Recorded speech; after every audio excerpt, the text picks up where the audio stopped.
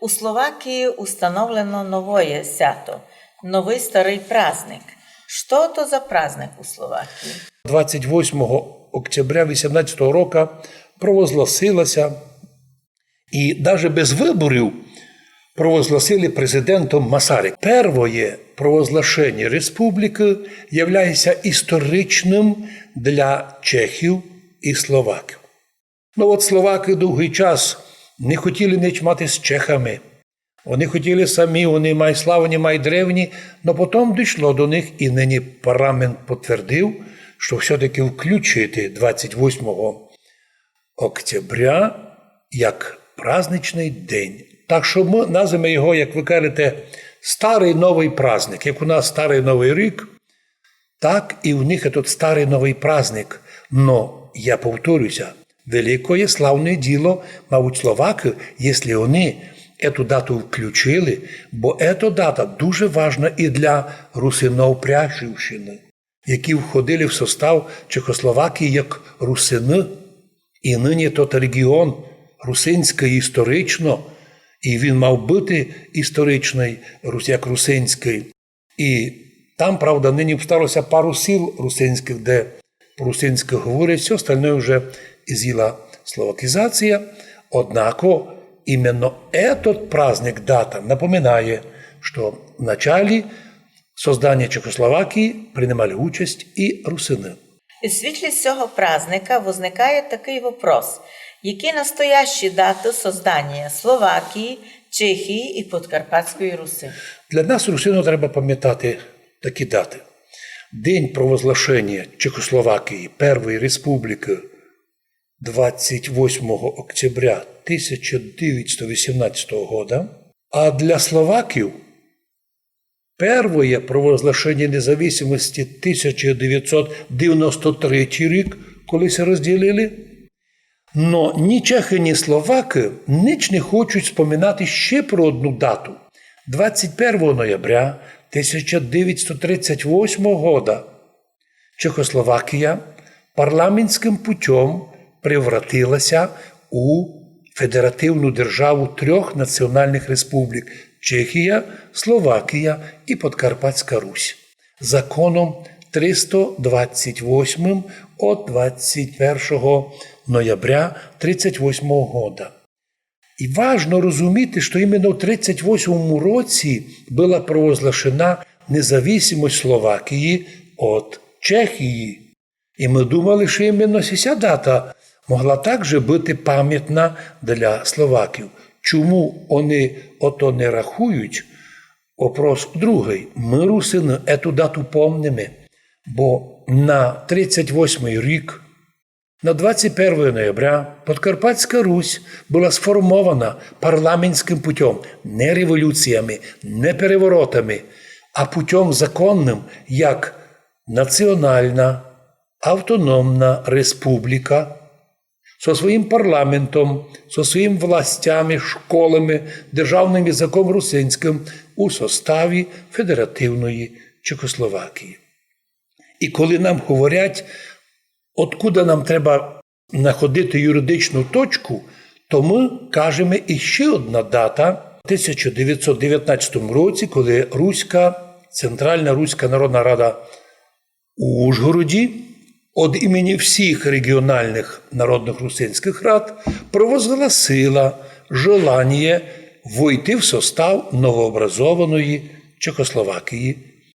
Но провозглашивши, пройде ще піврока, коли 10 сентября 1919 року, вже осінню, Сен-Жерменська мирна конференція міжнародним договором з підписю 57 держав, представників держав, Подкарпатська Русь була визнана як суб'єктом міжнародного права і свою територію на юг від Карпат, як національну територію, русинську територію, була по їх просьбі, по просьбі наших русинов, введена іменно в состав Чехословакії на правах найширшої автономії, яка була возможна на той час.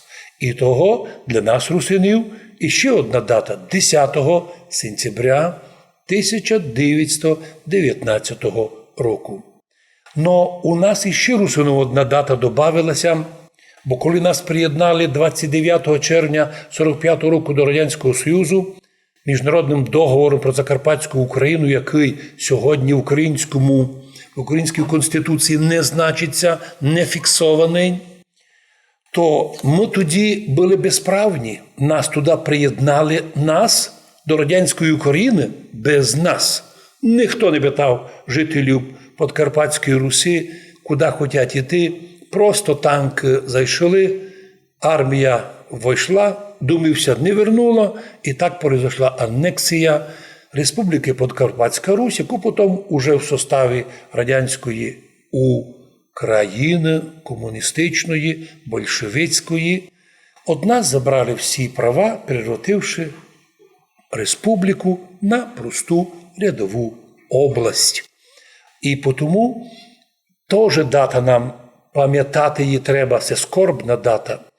І 21 січня 46 року, январ 21, вийшло законодавство Совєтської України на території Подкарпатської Руси, тоді ще не входящу в состав Совєтської України. Це була грубейша анексія. Ну і наконець, сама, я би сказав, приємна дата для русинов – 1 грудня, 1 декабря 1991 року, коли ми, русини і всі жителі Закарпаття, проголосували за создання ніколи раніше не существувавшої незалежної країни і числом 92,5% виявили свою волю.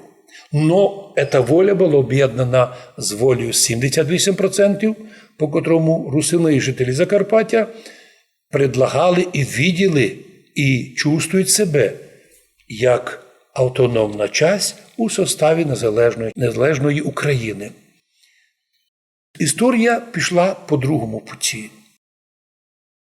Бажання русинів увидіти в Україні ще одну нову Чехословакію не справдилися.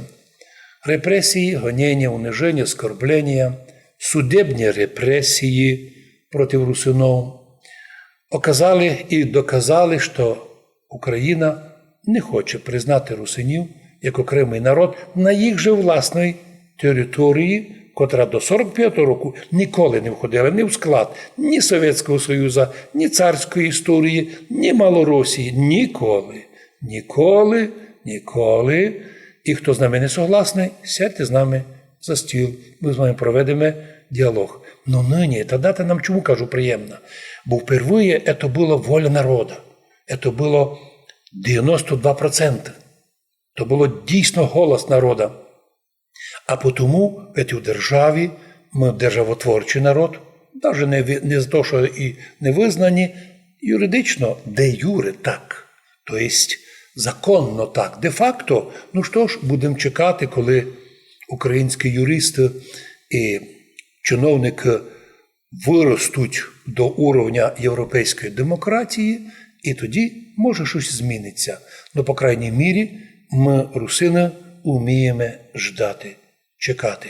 Ми хочемо, щоб воістину вся остання наша дата 1 грудня 1991 року була відчутна всім, що колись Національна Республіка Русинов от 21 ноября 1938 року, як частина Федеративної Чехословакії, вийшла в состав Совєтської України, а потім там вона була розтворена як область, але в 1991 році референдумом ми підтвердили, що хотіли б ми бачити Закарпаття як спеціальна, самоврядна територія в складі незалежної України і як суб'єкт міжнародного права, як такий, котрий не входить і не може входити ні в які інші адміністративно-територіальні утворення.